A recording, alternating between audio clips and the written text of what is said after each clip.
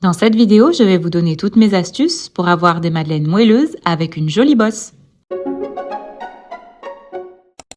Pour faire 12 madeleines, nous aurons besoin de 100 g de farine, 65 g de sucre, de 25 g de lait entier de préférence, mais du lait demi-écrémé fonctionnera, de 5 g de levure chimique, soit un demi-sachet, puis 2 œufs seront nécessaires.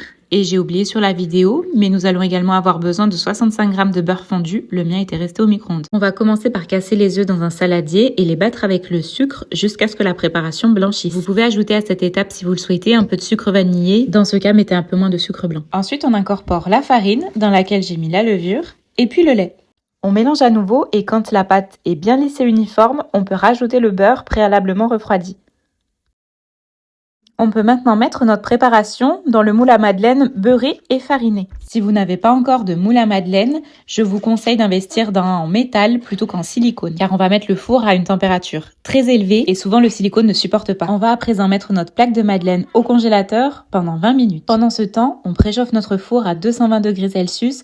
Pour moi, c'est 430 Fahrenheit car j'habite en Amérique. Prenez le soin d'enlever votre lèche frite pour une meilleure répartition de la chaleur. C'est parti pour 5 minutes de cuisson, puis on viendra baisser la température à 200 degrés pour encore 5 minutes, soit une cuisson totale de 10 minutes. N'ouvrez surtout pas le four pendant la cuisson, mais restez à proximité pour vérifier. La bosse devrait commencer à se former à partir de 6-7 minutes de cuisson grâce au choc thermique. Je vous conseille de les faire refroidir enfermés dans une boîte métallique pour un moelleux incroyable. N'hésitez pas à m'écrire vos astuces en commentaire pour réussir vos madeleines, mais également à aimer la vidéo si vous avez appris des choses et à vous abonner pour m'encourager à faire plus de contenu.